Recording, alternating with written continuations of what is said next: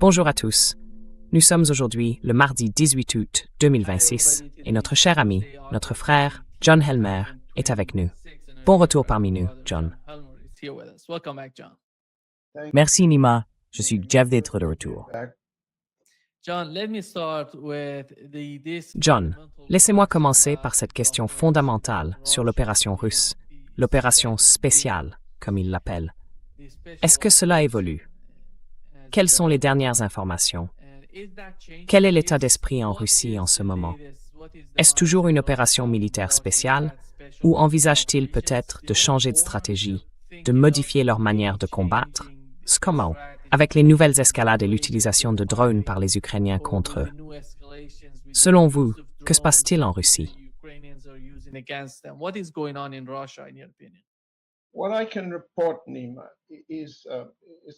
Ce que je peux rapporter, Nima, ce sont des contacts avec des sources militaires au cours du week-end, alors que tout le monde est dans sa datcha. Et vous comprenez, nous sommes à la mi-août, en pleine période des vacances d'été. La plaisanterie en russe, c'est que ce n'est plus l'opération militaire spéciale, mais plutôt l'opération militaire étrange. Stranaya veut dire étrange. Et en russe, ce type d'étrangeté a le même sens qu'en anglais. Étrange au sens de fou, étrange au sens de déroutant, étrange au sens de bizarre. Ce que cela signifie, c'est ceci. Il n'y a aucun changement officiel. En fait, c'est ça le problème. Mes sources comprennent que le problème est le suivant. D'un côté, l'opération militaire spéciale continue d'avancer lentement, en cherchant à réduire au minimum autant que possible, et autant que les commandants des troupes peuvent l'organiser, et que le Kremlin l'ordonne, les pertes sur le front.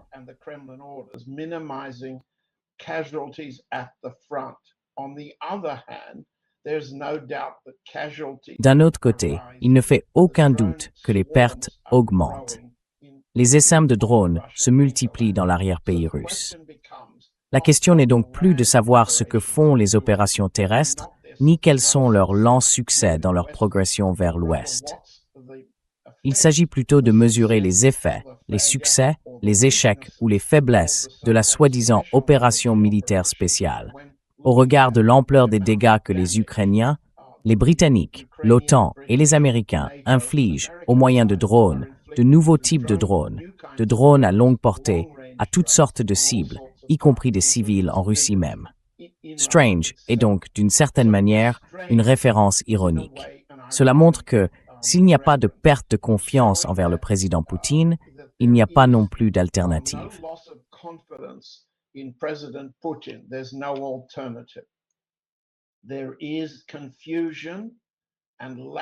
Il y a de la confusion et un manque de confiance quant à savoir dans quelle mesure l'opération militaire spéciale constitue un moyen efficace. Premièrement, de détruire la capacité de l'Ukraine, des États-Unis et de l'OTAN à infliger des dommages à la Russie, et deuxièmement, de dissuader les États-Unis, les Britanniques et les alliés de l'OTAN d'aller vers une escalade, comme ils le font. Donc ici, Stranaya signifie que mes sources militaires considèrent que l'opération militaire spéciale a des effets déroutants. C'est ce que cela veut dire. Nous en avons déjà parlé, mais il vaut la peine de le répéter. Le président Poutine continue de dire que pour chaque attaque ukrainienne, et soyons clairs, il y avait 600 drones au-dessus de la région de Moscou lundi soir.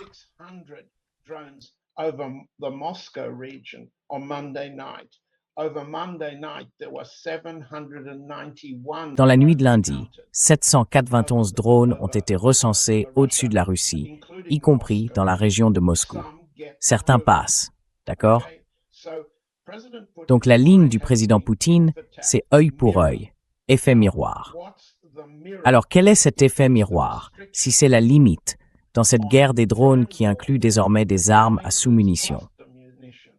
Ce que soulignent mes sources et ce qu'on peut voir dans les rapports des blogs militaires, c'est que les Ukrainiens utilisent maintenant des armes à sous-munitions, de minuscules billes métalliques dans la charge explosive et l'ogive de ces drones destinés à tuer des civils. Et c'est ce qu'elles font. Quel est l'œil pour œil? Demandent mes sources russes. Il y a aussi eu, lundi et mardi, d'autres attaques contre des entrepôts Wildberries dans la région de Moscou. on Monday, Tuesday. That's an attack on the middle class. C'est une attaque contre le système de vente au détail sur Internet, type Amazon, destiné à la classe moyenne. Quelle sera la riposte? Qu'est-ce qui va s'arrêter ensuite? Et voici ce que me disent mes sources militaires. Ce n'est pas par manque de confiance, je tiens à le souligner, dans le succès final de la guerre russe, ni, je le répète, par manque de confiance dans le commandement militaire ou dans le Kremlin, alors que l'élection est dans seulement 4 semaines. Qu'est-ce qui va empêcher cette escalade? Eh bien, mes sources, ce week-end à la Dacha, en se détendant, disent « Nous détruisons leur capacité à continuer de se battre ». Combien de temps cela prendra-t-il avant qu'ils capitulent? Réponse, peu importe. Cela peut prendre 3 mois, cela peut prendre 3 ans.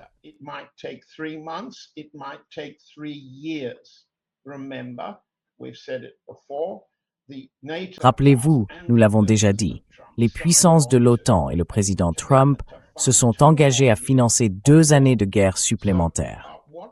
Donc, ce que nous avons, c'est une certaine consternation.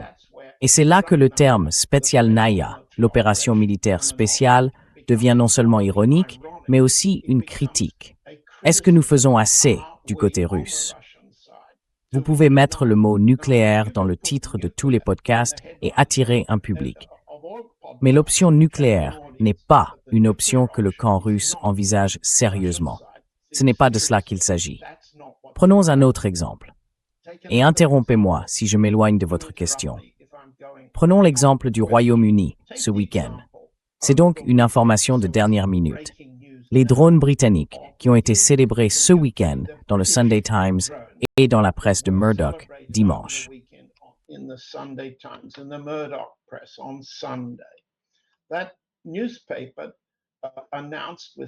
Ce journal a annoncé avec un certain triomphalisme que des drones britanniques, 2 en particulier, avaient été utilisés pour la première fois ces derniers jours par les Ukrainiens, et que les Britanniques se réjouissaient à l'idée d'une escalade accrue. Davantage de drones britanniques livrés à l'Ukraine et davantage de frappes de drones contre la Russie, à courte comme à longue portée. Que s'est-il passé ensuite? Eh bien, c'est là qu'on entre dans un comportement étrange, Stranaya. D'un côté, des sources militaires britanniques déclarent dans le London Times « Nous comprenons la menace russe. Ils comprennent désormais que nous ne sommes plus nerveux. » D'accord. Leur message essentiel, c'est « Les Russes menacent, mais nous ne sommes pas nerveux. »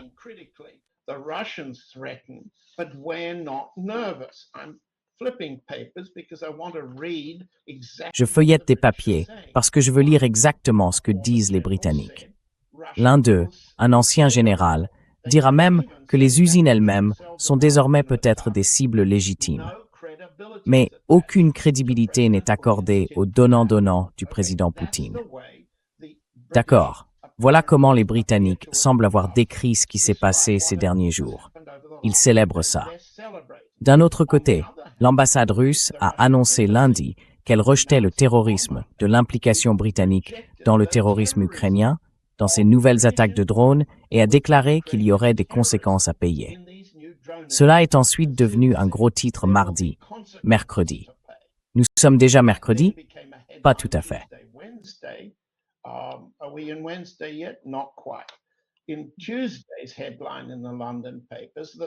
Dans les gros titres de mardi des journaux londoniens, la partie russe menace de faire payer des conséquences si la campagne britannique de drones s'intensifie.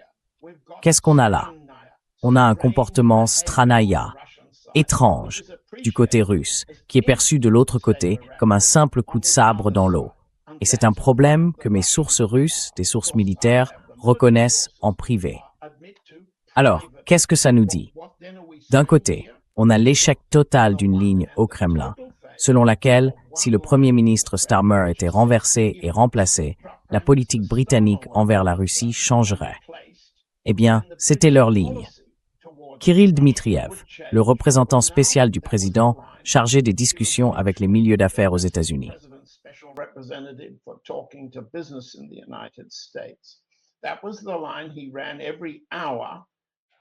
C'était la ligne qu'il répétait toutes les heures dans ses tweets. C'est un échec total, et c'est compris comme tel à Moscou. À la place, nous avons le Premier ministre Andrew Burnham qui fait monter les enchères et il célèbre ça à Londres le dimanche. Et la réponse russe, par l'intermédiaire de l'ambassade, c'est « il y aura de graves conséquences à payer pour cette collaboration britannique au terrorisme ukrainien ». Alors que tout le monde comprend que ce n'est pas du terrorisme. Oui, des armes à sous-munitions visant à causer des morts civiles, ce qui est en train de se produire, c'est une attaque contre les civils. Mais la partie russe ne fera pas ça. En revanche, l'idée du miroir, du donnant-donnant, d'une réponse en miroir et symétrique, échoue. Elle échoue à dissuader, elle échoue à défendre.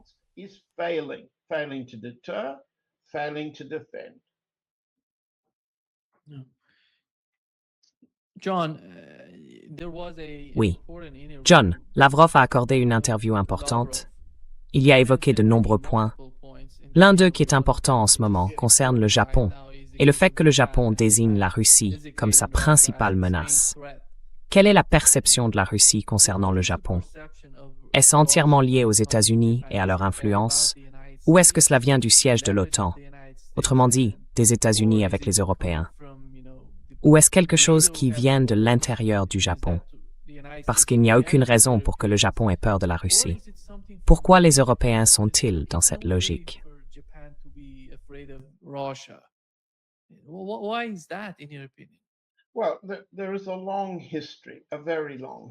Eh bien, il y a une longue histoire, une très longue histoire. D'abord, le Japon a attaqué l'Union soviétique dans les années 1930. Et l'une des premières victoires de celui qui deviendrait plus tard le maréchal Georgi Zhukov a été la défaite d'une force expéditionnaire japonaise en Mongolie, dans les zones frontalières russo-mongoles. C'est le début. La défaite des Japonais a marqué le début de l'ascension de Zhukov jusqu'au rang de maréchal soviétique. L'hostilité japonaise remonte à bien plus loin que cela. Les Japonais ont combattu et détruit la marine impériale russe dans une série de batailles en 1904-1905. J'ai des illustrations de cette bataille, des caricatures japonaises produites pour montrer aux Japonais qu'ils avaient remporté les batailles navales, avec les croiseurs russes en train de couler, et des caricatures russes affichées sur des pancartes autour de Saint-Pétersbourg en 1904-1905 pour montrer aux Russes qui ne savaient pas lire que les Russes avaient gagné les batailles.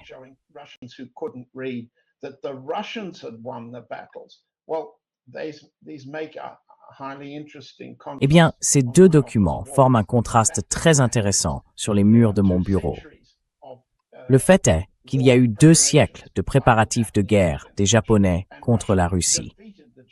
Et la Russie a finalement vaincu les Japonais.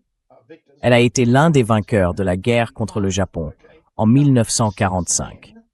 Depuis lors, le Japon n'a pas conclu avec la Russie d'accord mettant fin à la guerre. Le Japon continue de revendiquer des territoires, notamment dans l'archipel des Kuriles. Il subsiste à la fois des différends territoriaux et, disons, des hostilités historiques entre le Japon et la Russie, qui n'ont pas été résolues. Du point de vue russe, et le ministre Lavrov l'a expliqué tout comme le président Poutine, la partie russe estimait qu'avec Shinzo Abe, alors Premier ministre, il y avait davantage de souplesse et la possibilité à long terme de parvenir à une véritable fin de guerre et à un réel redéveloppement des relations.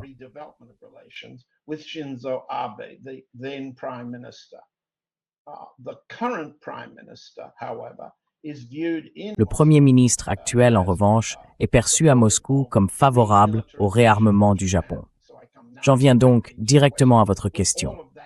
Avec tout ce passé non réglé, à la fois territorial et militaire, toute cette suspicion et ces doutes historiques sur les intentions pacifiques de chacun envers l'autre, le problème reste le suivant. Les États-Unis encouragent-ils délibérément le Japon à se réarmer contre la Chine et la Russie en même temps? Autrement dit, une répétition de la Seconde Guerre mondiale, avec des adversaires et des antagonismes. Est-ce la politique américaine à l'égard du Japon? Et le Japon, sous le gouvernement actuel, se réarme-t-il de façon très semblable, parallèlement à la politique américaine qui encourage l'Allemagne, le Royaume-Uni et la France à se réarmer? En réalité, chacun des alliés de l'OTAN a se réarmé. Quel est le fondement idéologique de ce réarmement? L'ennemi, en Europe, c'est la Russie. The enemy is Russia in Europe. The enemy is China and Russia in L'ennemi, Asia. ce sont la Chine et la Russie en Asie. Voilà donc, disons-le ainsi, le problème stratégique et idéologique. Et dans la mesure où l'actuel gouvernement japonais fait tout son possible pour remilitariser le pays, la limitation constitutionnelle des forces d'autodéfense n'est plus ni pratique ni applicable. Vous verrez que le ministère chinois des Affaires étrangères attaque régulièrement et explicitement la perte de mémoire du Japon concernant les pogroms qu'il a infligés au peuple chinois durant les premières phases de la Seconde Guerre mondiale. Les Chinois s'opposent bien plus explicitement à la remilitarisation du Japon que les Russes. Mais les deux parties sont tout aussi préoccupées par le fait que la politique américaine consiste à faire financer cette remilitarisation par le Japon, à lui faire acheter américain et à mettre en place une nouvelle plateforme militaire contre ces deux puissances. Voilà le contexte, et voilà où nous en sommes aujourd'hui. That's the background, and that's where we are today.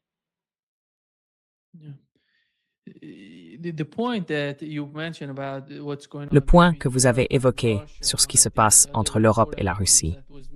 Un autre point important mentionné pendant l'interview, c'est que Lavrov parlait des soi-disant inspections de la flotte fantôme de l'Union européenne. En substance, il explique que l'Europe cherche à confisquer des cargaisons pour financer l'Ukraine. Et jusqu'où cela peut-il aller, John? Selon vous, quelle forme d'escalade pourrait en découler entre les deux camps, la Russie et l'Europe? Et jusqu'à quel point cela pourrait aller? Parce que du point de vue de la Russie, c'est de la piraterie. Ce n'est rien d'autre. Il ne s'agit pas d'inspection, ni de quoi que ce soit de ce genre. C'est de la piraterie, et ils vont y répondre. Cela signifie qu'ils vont riposter contre les pays qui participent à cela. Quelle est votre lecture de la situation?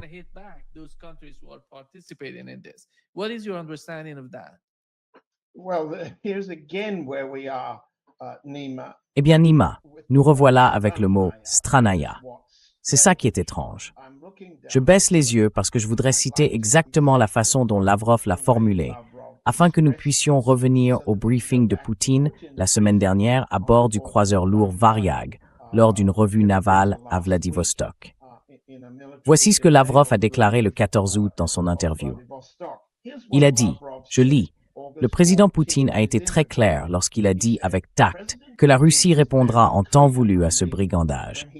Nous choisirons les cibles comme nous le jugerons approprié, en nous concentrant sur les navires qui servent des pays ayant fait du pillage et de la piraterie leur politique officielle. »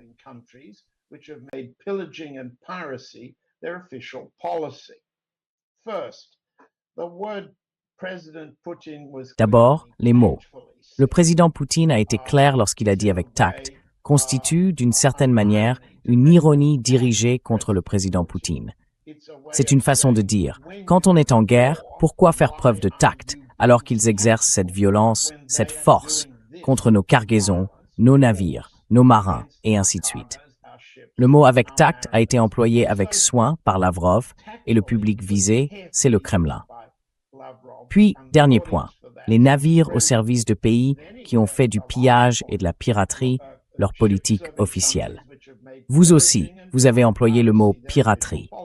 Et si vous l'avez fait, c'est parce que la ligne officielle russe est que ces attaques contre la navigation sont de la piraterie.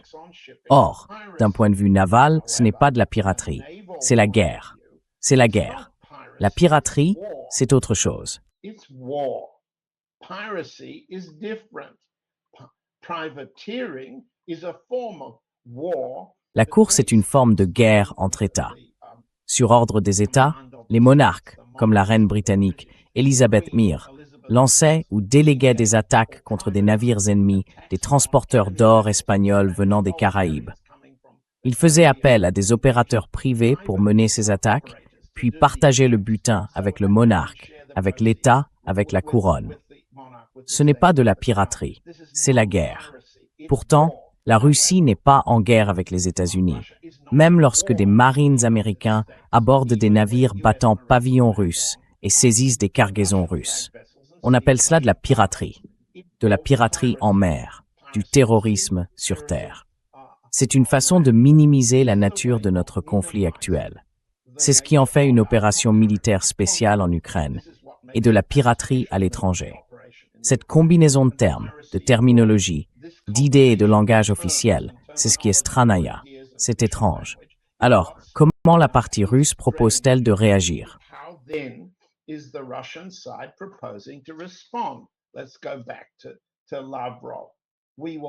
Revenons à Lavrov. Nous n'allons pas, et je le cite de nouveau, nous n'allons pas nous abaisser à leur niveau. À la place, nous adopterons des méthodes bien plus sévères pour détruire tout ce qui permet à l'Occident d'alimenter la machine de guerre de Kiev. Nous le faisons déjà, et ils se lamentent déjà. Alors, ce que nous avons ici, c'est l'idée d'un effet miroir. La semaine dernière, le commandant de la flotte russe du Pacifique répondait au président Poutine lors d'un briefing à bord du navire amiral de la flotte. L'amiral Leonov a déclaré qu'il surveillait des navires hostiles transportant des cargaisons dans les eaux territoriales russes ou au large des côtes russes, dans le Pacifique. Il a ensuite cité un chiffre de plusieurs centaines de ces navires. Je n'ai pas les chiffres sous les yeux. Environ 1000 navires surveillés sur les 3 ou 4 derniers mois.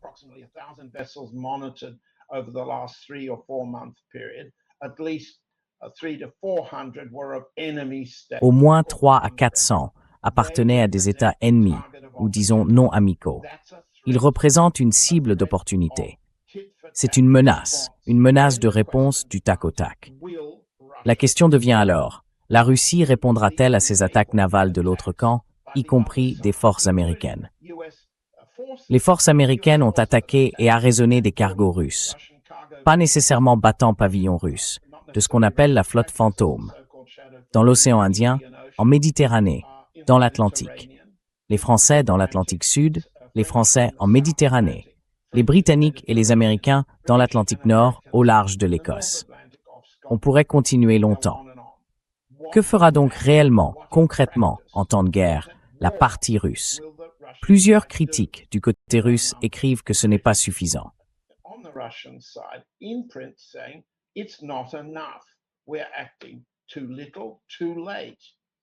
Nous agissons trop peu, trop tard.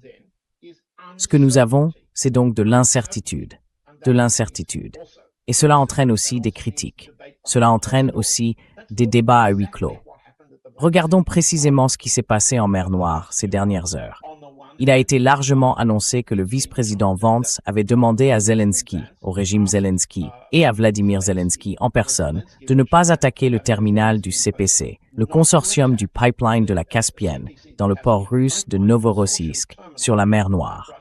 Vance l'a compris, et Zelensky, la demande était de cesser d'attaquer le pétrole kazakh, acheminé par oléoduc depuis les rives kazakhs de la Caspienne jusqu'à ce point de sortie, d'où le pétrole kazakh est exporté via la mer Noire. En fait, c'est ce sur quoi les parties se sont mises d'accord. Et il n'y a pas de suspension de l'attaque ukrainienne contre le terminal de CPC.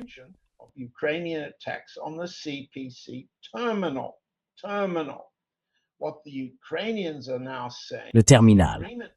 Ce que disent maintenant les Ukrainiens, c'est que l'accord conclu avec Vance prévoyait de suspendre les attaques contre les navires non russes transportant du pétrole non russe, c'est-à-dire kazakh, à destination ou en provenance de ce terminal.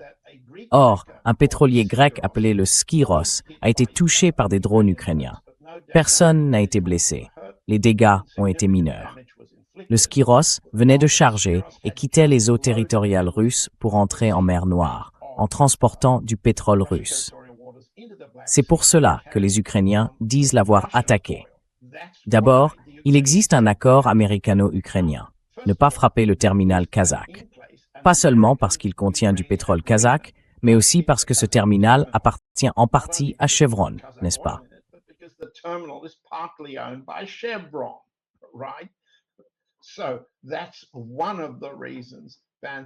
C'est donc l'une des raisons pour lesquelles Vance est impliqué là-dedans. Deuxième raison, Zelensky n'a aucune raison d'afficher de l'indifférence face à ce type de demande américaine, ni aucune raison de frapper du pétrole kazakh. Non, Ce qu'il faut comprendre, c'est que les renseignements sur les types de pétrole chargés à bord du Skyros sont si bons, si fiables, que les Ukrainiens ont pu cibler un navire transportant du pétrole russe au départ d'un terminal non russe. C'est le sens de cet épisode. Dans ce condominium américano-ukrainien, ces navires ne bénéficient donc d'aucune protection. Quelle est la logique du donnant-donnant là-dedans? Quelle est-elle en mer Noire? Nous en avons déjà parlé. D'autres collègues en parlent aussi. On peut exagérer l'impact de la guerre en mer Noire, mais ce n'est plus de la piraterie en mer Noire.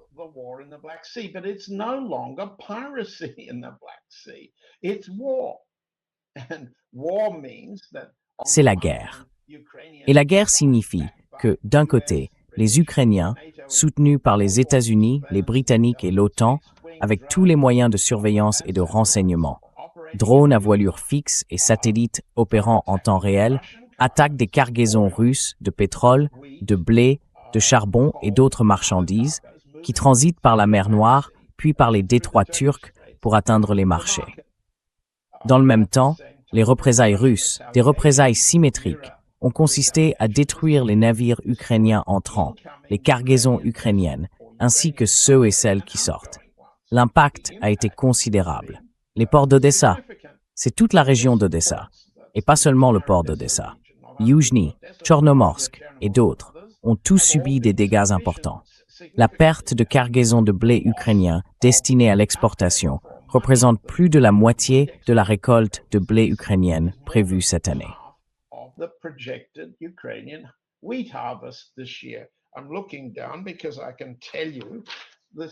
Je regarde vers le bas parce que je peux vous dire que ceci montre l'impact sur le prix du blé à Chicago, avec des pics soudains et très marqués. Donc oui, la guerre russe en mer Noire, en réponse à la guerre ukrainienne en mer Noire, a déjà réduit les exportations ukrainiennes de presque 60% ce mois-ci. Et nous voyons le prix du blé augmenter à mesure que les stocks mondiaux de blé diminuent. Maintenant, le point suivant est assez étrange. Il existe d'autres voies d'exportation ukrainiennes, le Danube, mais c'est un problème parce que le niveau de l'eau y est très bas. Nous connaissons en quelque sorte une sécheresse européenne en ce moment. Il y a aussi la route et le rail, ce qui nous ramène à l'opération russe visant à couper les liaisons routières et ferroviaires entre l'Ukraine et la Pologne, dans les deux sens.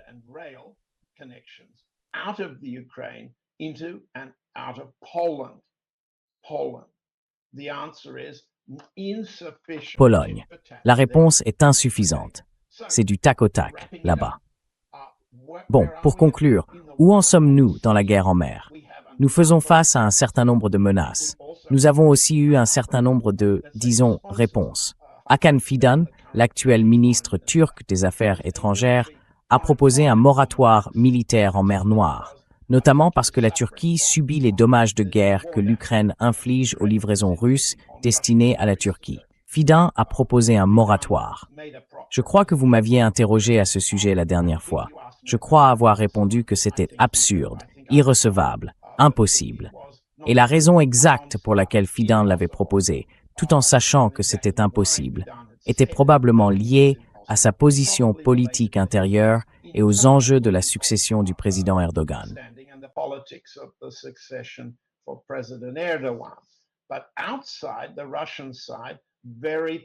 Mais la partie russe a très poliment rejeté la proposition de Fidan, en disant « Nous, la partie russe, avons respecté les moratoires proposés concernant le passage des céréales à l'entrée et à la sortie de la mer Noire. Nous nous y sommes conformés. La partie ukrainienne ne l'a pas fait. Les termes de l'accord que nous avions conclu par le passé sur un moratoire ont été un échec total.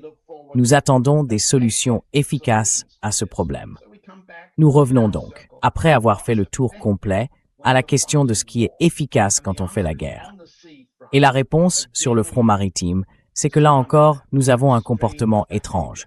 Nous croyons en une politique qui ne fonctionne pas correctement, ni pour arrêter les attaques, ni pour dissuader les États-Unis, le Royaume-Uni et les alliés de l'OTAN d'escalader. Aucune destruction efficace, aucune dissuasion efficace. N'est-ce pas étrange?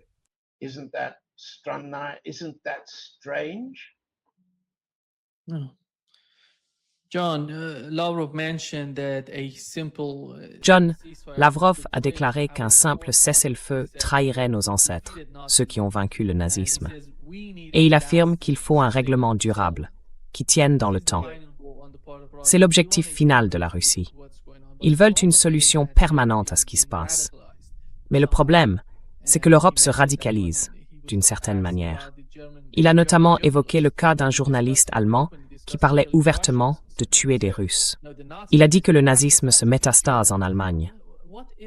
Quelle est la perception de l'influence de la guerre sur la Russie, par exemple, et particulièrement sur l'Allemagne? Car l'Allemagne fait partie des 3 pays qui soutiennent le plus les Ukrainiens, avec le Royaume-Uni et la France. Mais aux yeux de Lavrov, le cas de l'Allemagne empire pour la Russie sous le chancelier Merz.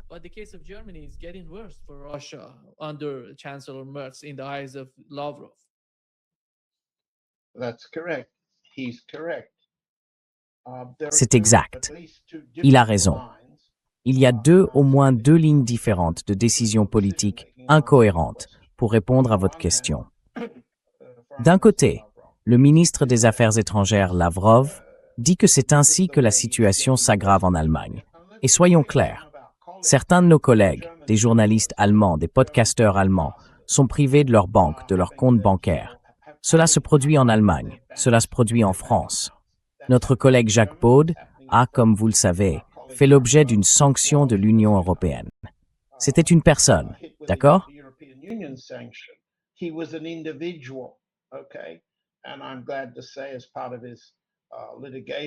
Et je suis heureux de dire que dans le cadre de la procédure qu'il a engagée pour se défendre, il y a eu un certain répit du côté belge en attendant que l'affaire soit jugée. Et j'espère vraiment que les accusations absurdes portées contre lui, qui ont servi à justifier la sanction, seront finalement rejetées par le tribunal. Mais Jacques est un individu. Les podcasts allemands et français, Toxin et Géopolitique profonde en France, et il y en a d'autres en Allemagne, sont tous privés de services bancaires, tous sanctionnés par les autorités nationales. Et cela vise à empêcher toute critique de la remilitarisation.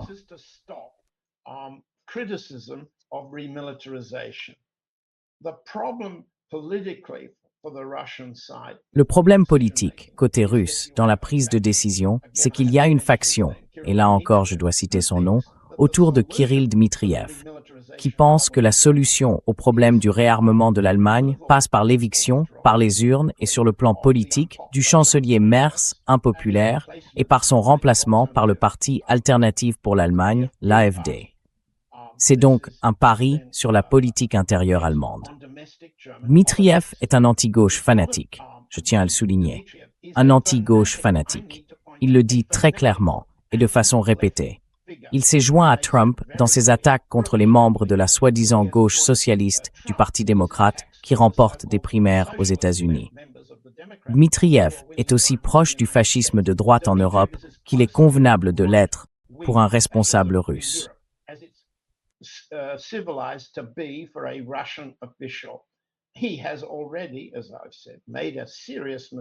Il a déjà, comme je l'ai dit, commis une grave erreur en pensant que le changement de régime au Royaume-Uni favoriserait le soi-disant parti de droite de Farage, le parti Reform de Nigel Farage.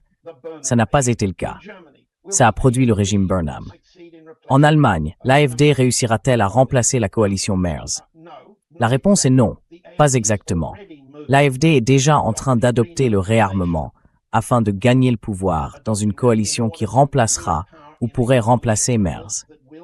Autrement dit, le même processus est à l'œuvre en France, où le candidat de Kirill Dmitriev pour arrêter le réarmement est le Rassemblement national, le parti de Le Pen. Lui aussi évolue vers l'adoption d'éléments de la politique anti-russe de Macron afin de gagner des voix, afin de participer aux faibles coalitions qui gouvernent ces pays, d'accord?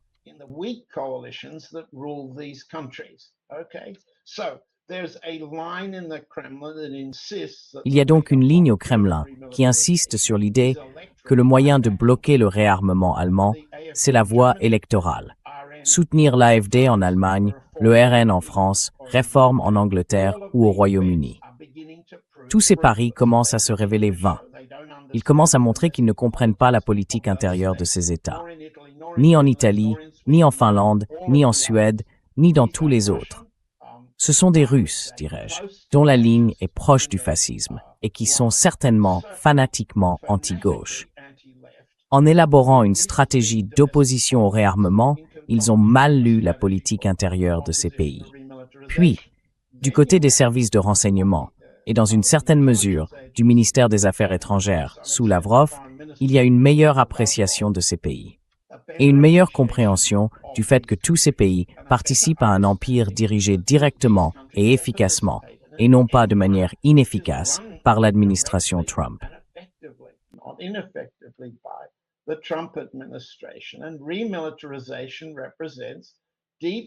Et la remilitarisation représente des changements profonds dans la manière dont fonctionne la base économique de ces pays. Or, pour combattre un empire engagé dans une guerre de longue durée contre vous, on ne peut pas compter sur une opposition à la remilitarisation. On ne peut pas compter sur une dénazification, ni à Kiev, ni en Europe, ni à Berlin, Paris, Londres ou Washington d'ailleurs. Mener la guerre exige de mener une guerre de contre-force, n'est-ce pas? Et donc, là encore, dans la politique intérieure et la prise de décision à Moscou, j'espère avoir clairement montré qu'il existe de profondes divergences autour du président Poutine et qu'il essaye de les équilibrer. Mais on ne peut pas équilibrer des contraires. On ne peut pas compenser des erreurs par d'autres erreurs ou par des erreurs de jugement.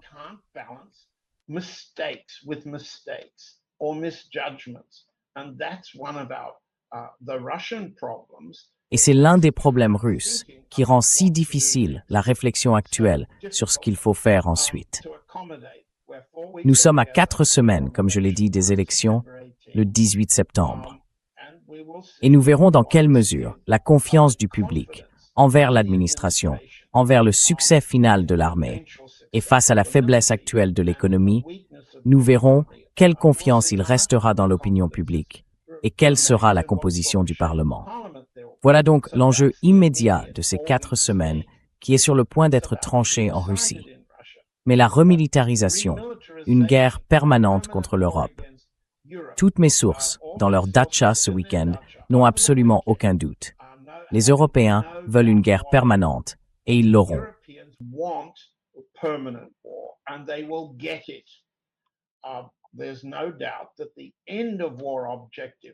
Il ne fait aucun doute que du côté russe, l'objectif de fin de guerre ne pâtit d'aucun manque de confiance dans la capacité de la Russie à endurer la souffrance actuelle ou à accroître la souffrance, puis à finir par réussir. Il n'y a aucun manque de confiance sur ce point. En revanche, il y a une incertitude sur la manière de passer d'aujourd'hui à ce moment-là et sur le temps qui s'écoulera entre les deux.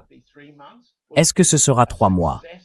Est-ce qu'il y aura, à la fin de l'hiver, un événement réussi conduisant à la capitulation de Kiev?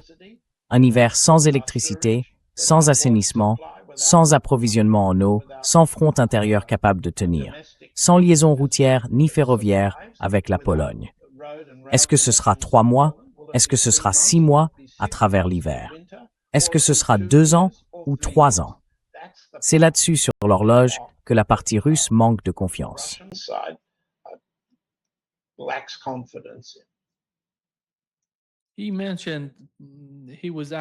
Il a évoqué le fait qu'on lui avait posé des questions sur Steve Witkoff et Jared Kushner, John, lors de cette interview. Ont-ils de l'influence sur Trump? Et pourquoi leurs propositions n'ont-elles pas progressé jusqu'à présent? Quelle était la compréhension de Lavrov à ce sujet? Et cela va-t-il différer de la position de l'ensemble de l'administration? Est-ce que cela tient à lui et à sa position? Ou est-ce que ce sera quelque chose de global qui concerne toute l'administration dans son ensemble?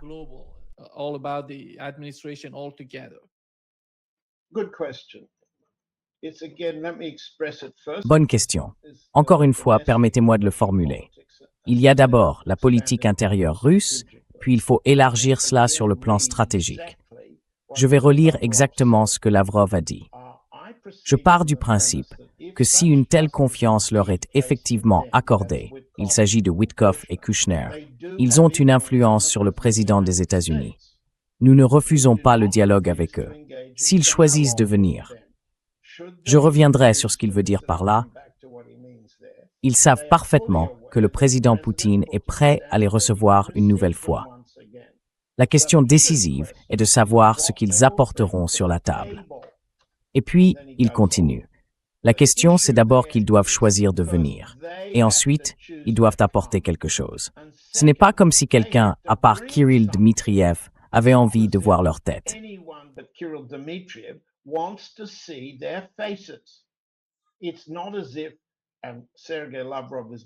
Ce n'est pas comme si, et Sergei Lavrov l'a très clairement dit dès le début, il n'aimait pas ou ne respectait pas Kirill Dmitriev. Il ne pense pas que Dmitriev apporte quoi que ce soit à la table des négociations avec les Américains.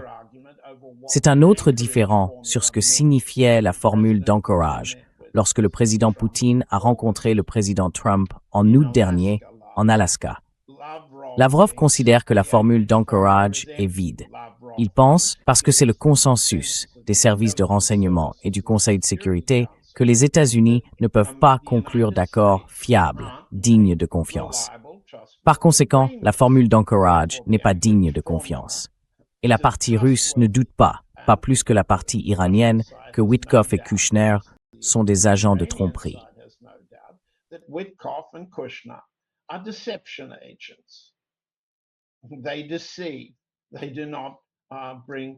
Ils trompent. Ils n'apportent pas d'accord du côté américain. Donc Lavrov dit que s'ils décident de venir, il ferait mieux d'apporter des propositions qu'ils peuvent présenter comme des propositions de l'administration Trump et qui ne changeront pas dans les 24 heures. Sinon, même si nous les écoutons, leur venue ne servira à rien. Voilà où nous en sommes. Lavrov a donc renvoyé la balle dans le camp américain. Avez-vous de nouvelles propositions? La réponse, du point de vue de Lavrov, à l'issue de ses réunions avec le secrétaire d'État Trump et d'autres responsables, c'est qu'il n'y a pas de nouvelles propositions. En fait, les États-Unis menacent « Cessez d'aider l'Iran à tuer nos hommes ».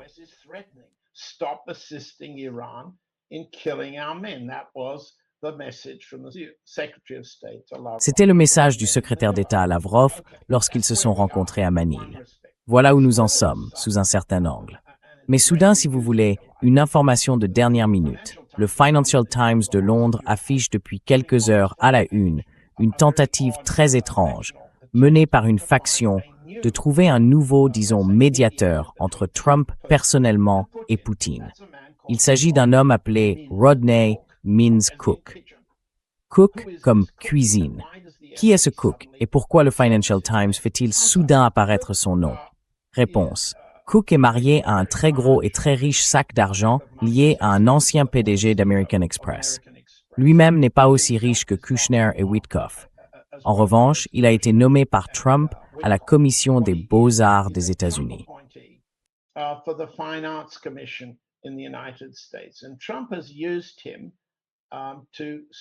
Et Trump l'a utilisé pour soutenir la rénovation de la Maison-Blanche, la création de la salle de bal et certaines de ces arches plus, comment les décrire, somptueuses, que Trump affectionne. Cook est en quelque sorte le responsable désigné pour mettre en œuvre ce genre de décoration. Ces dernières semaines, Cook s'est soudainement mis à faire sa propre promotion et à se faire promouvoir par d'autres, comme nouvel ambassadeur des États-Unis à Moscou sous Trump. C'est une tentative d'une faction autour de Cook à Washington de promouvoir une alternative à Kushner et Witkoff afin de traiter directement avec Poutine et de servir de médiateur entre Trump et Poutine. Pour remplacer Witkoff et Kushner, Cook n'a pas dit un mot. Pour remplacer le siège vacant laissé par Lynn Tracy, l'ancienne diplomate qui était la dernière ambassadrice américaine, Kirill Dmitriev n'a pas dit un mot.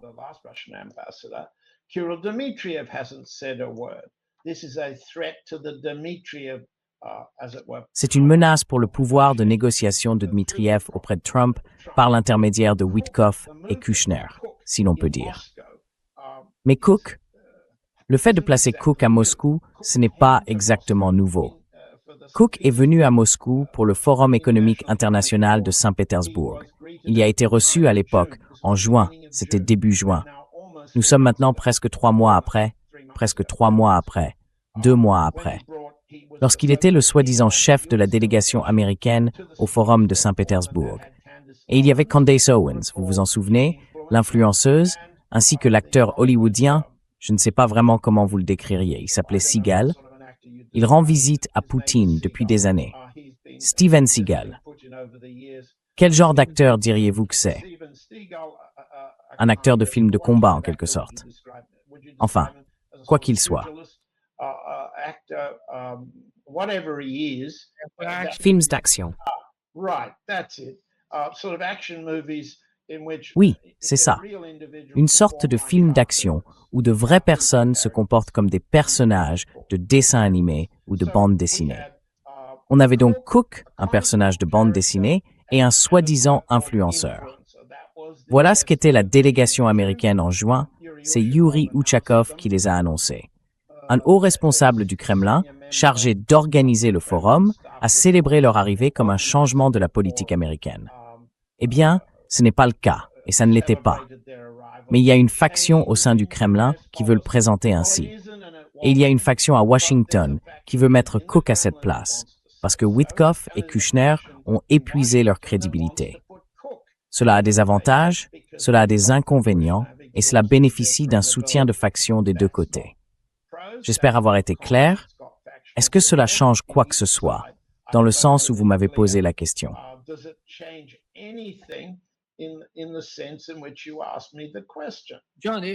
John, Cook, c'est bien le même type qui s'occupait autrefois du dossier iranien, du complot iranien.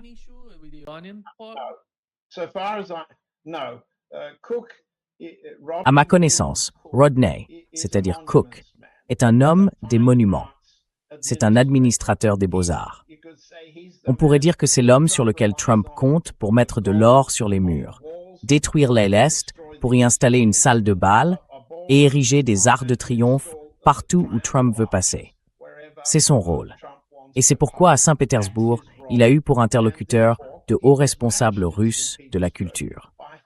Il y a une différence culturelle, mes amis. Ne soyons pas ambigus là-dessus. Mais ici, c'est de la politique. Et c'est strictement politique. Une nouvelle tentative de l'un des camps de placer une nouvelle forme de médiateur entre Trump et Poutine.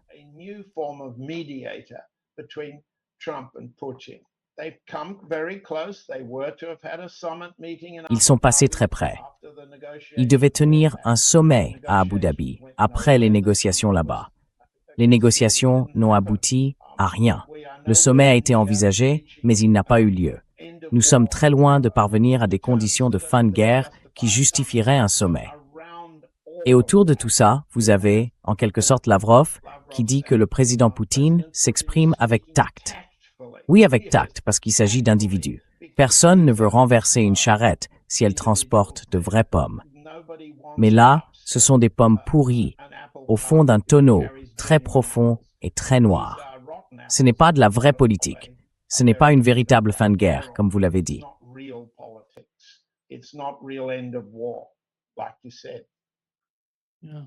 Oui, oui. Merci beaucoup, John, d'être avec nous aujourd'hui. C'est toujours un grand plaisir. Merci, Nima. À la semaine prochaine. À la semaine prochaine.